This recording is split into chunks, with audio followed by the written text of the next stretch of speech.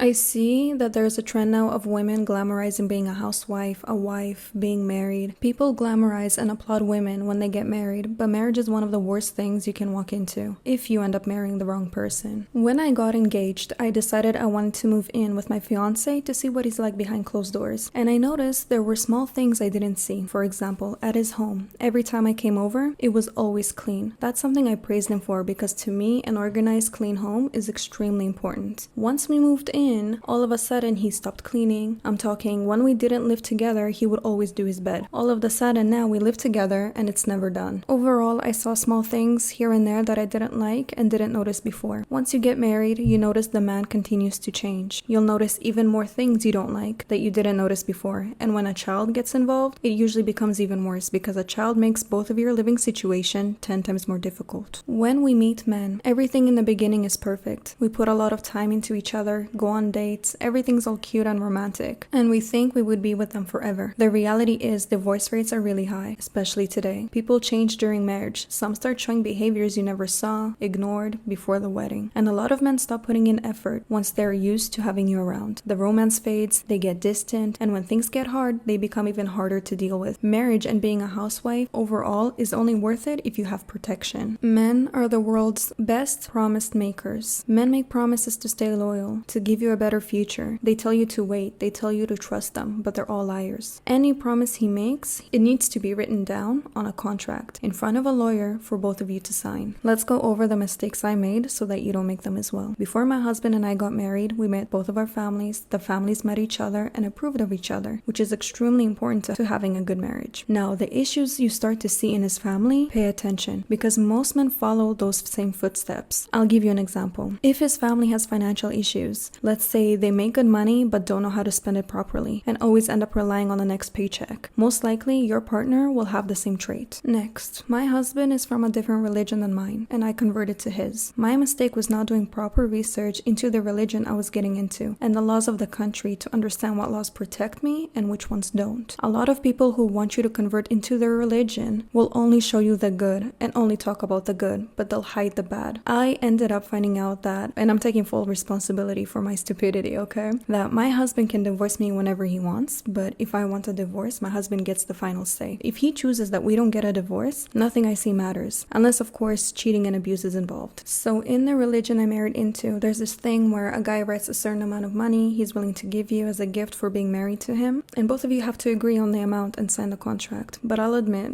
I was also not smart during this process because although the money he put on the paper seemed fair, my mind was only thinking about how that amount of money is reasonable in my situation now. My mind didn't think about the future. Yes, I worked during that time, but he wants me to be a stay-at-home wife. That means no income from work, a gap on my resume that will show lack of experience as the years go by, and the prices just keep going up. On top of that, I'd be a single mother with who knows how many kids. If we divorced, I'd need a fair amount of time to find a new job and get my life back on track. Sadly, my mind only started thinking about all of this when we got married and started talking about having kids. That's when I was like, hold up, wait a minute, because if things go wrong, it's easy to leave a husband, but once kids are involved, it's a lot harder leaving as a single mother. And regardless of whether you're religious or not, there should always be a contract that says if he decides to divorce you, he owes you a set of money that both of you agree to. I strongly suggest going on ChatGPT and asking what's the fair amount based on your personal situation. A lot of women get emotional and let men walk away cheap because they feel bad for them. They want to prove that they're not after the money. ChatGPT is not emotional, it's logical. ChatGPT doesn't care about your man. Just mention your lifestyle, how long you need to find a job in the country you live in, and let it give you a number. Then do your own research to make sure that that number actually covers you. Because if one day your husband changes and decides he wants someone younger and hotter, you'll be the one crying that you let him go cheap on you. This is when I sat down with my husband and I told him I want the price raised. I mentioned that I wanted a postnup, I think that's what you call it, that not only will he give me money in case he divorces me, but on top of that, if he cheats, I'll get even more money for that too. A lot of women go against prenups, but prenup, in my opinion, is the best protection as long as it's fair and states that you get things out of the marriage. Now, moving on. In marriage, you need to make sure that your name is on any joint asset, property, cars, savings. Double check that he's not buying things just under his name. I have a friend whose ex-husband bought 2 cars and put both of them under his name. She was helping him pay for half of the second car, as he promised that that car will be hers. Once the divorce came, name. He took both cars all to himself, and now she drives the bus with her kids. She couldn't get the second car because her name was never on it.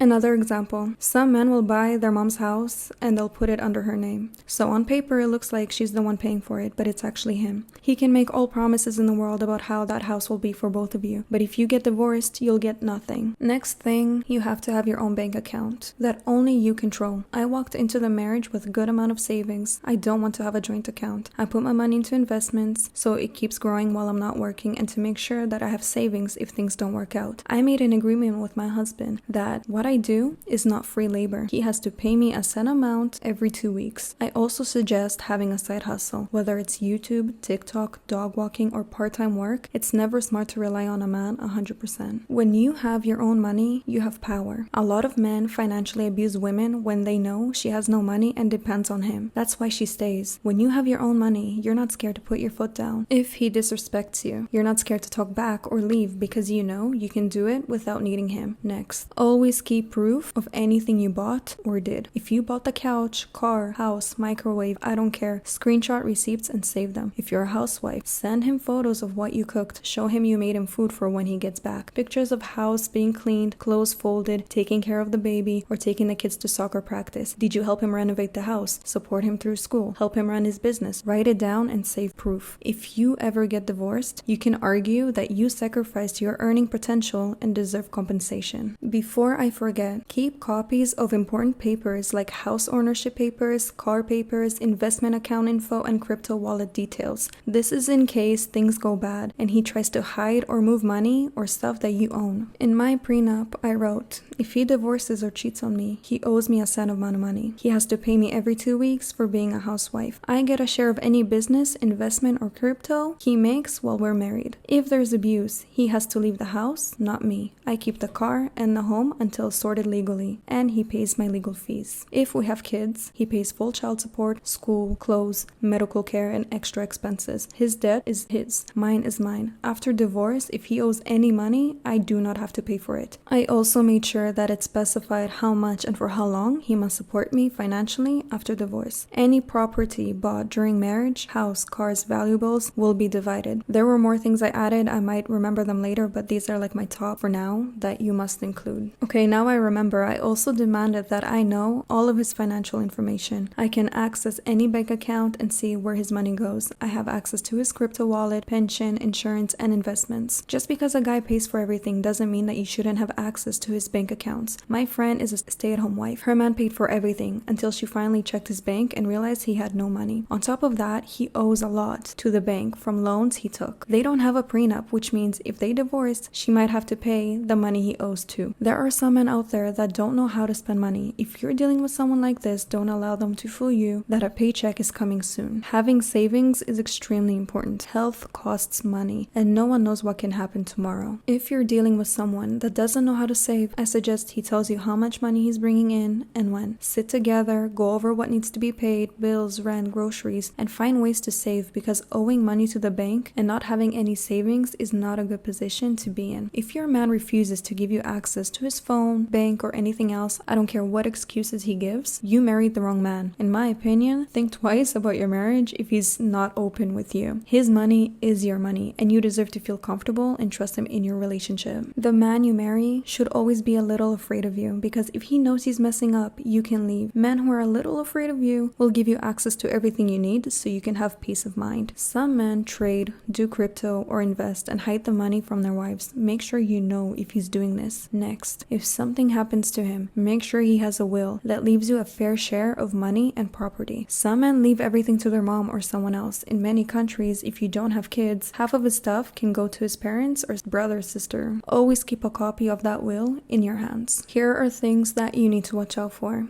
If he buys a house, car, or land but puts it in his mom's, brother's, cousin's name, it's to hide it from you. Watch for big money transfers or withdrawals. If he acts secretive about big purchases, be careful. Always save proof of whose money was used. Some will also open up a bank account only in their name or use a business name that you don't know about. You need to watch out for that. Missing money as well. If you see less money than expected in his account, ask for proof of income. Watch if money disappears or if he stops sharing financial info. Some will also hide cash. He might take out a lot of cash and hide it at work, family member's house, or friends. And also, if he starts paying for everything in cash, that's a red flag. You need to watch out for that too. Some will also put investments in other people's names. Some men put their crypto, stocks, or savings in a family member's name to hide it. Watch if money goes to a strange account. Opening a business in someone else's name. Some men start a business but say it belongs to their mom, brother, or friend, while they actually run it and make money from it. If he talks about work but you don't see money in his bank account, be careful. Some men also say they owe money to friends or family and suddenly pay them large amounts. This could be to hide money from you. Always ask for written proof of debts or payments. Some also say that they've loaned money to someone but you just never see it come back. This is another way to hide money. Remember that when men think about divorcing you, they usually want to give you as little as possible. That's why they do things like slowly moving money out, saying it will come back, or claiming it's just a loan or debt. But really, they're hiding it so you get nothing. Watch out for these red flags. Suddenly changing passwords or locking his phone, refusing to show you tax papers, bank statements, or pay slips, acting controlling or secretive about money, avoiding money talks or getting angry when you ask, taking your name off documents that you were on, deleting bank apps, Venmo, PayPal, anything with money in it. If you see these signs, it's a red flag. Check for hidden email accounts or second SIM cards. Always see if he has a second phone. Most keep it in their car. Watch out if he suddenly gets extra generous or buys random gifts when money is tight. That's usually to distract you. If your husband says he has little or no money, but you see new gadgets, trips, or random spendings, there is hidden income somewhere. If he owns property, watch that he doesn't transfer it to a parent or relative. In every country, you can check online. Usually there's a small fee, and you can see if his name is on any new property or if anything was recently removed. Also, never leave your passports, ID, marriage certificates, or medical documents with him or his family. In abusive or controlling relationships, men often try to keep those away from you. Always keep your phone and email passwords private. Make sure your financial accounts like PayPal, bank accounts, and digital wallets have two-step protection and aren't on his devices. Also, have backup access to your contacts, photos, important messages, and any proof you've saved in case a divorce happens. The women who end up crying after divorce, cheating, or when he leaves are usually the ones who believed they were special and he would never do that to them. This video isn't about expecting betrayal. It's about reality many women face and how to be ready for it. Smart women love with their heart but protect themselves with their head. Never feel bad for having high standards in marriage. Never feel bad for expecting financial backup in case things go wrong. Marriage isn't charity, it's a partnership. You don't owe anyone blind trust without real protection. A man who loves you and sees you as a mother of his kids will want you to feel safe, secure, and protected. If you'll ever need to go through a divorce because of abuse or cheating, always keep proof of what you're accusing him of and never tell him that you have it. If you're married into a religion or located in a country where women can't divorce without the husband's approval, make sure the price he pays for divorce is high. Use that as a leverage and only agree to waive the fee if he agrees to divorce. Sometimes it doesn't matter how wrong he is and how much proof you have. Sometimes the man just disagrees to divorce. No one's really able to help you, not even the court. So you want to make sure that that price is high just in case you really need to get that divorce. The women who stay protected in marriage long term are the ones who quietly build their own security while things are good. It's better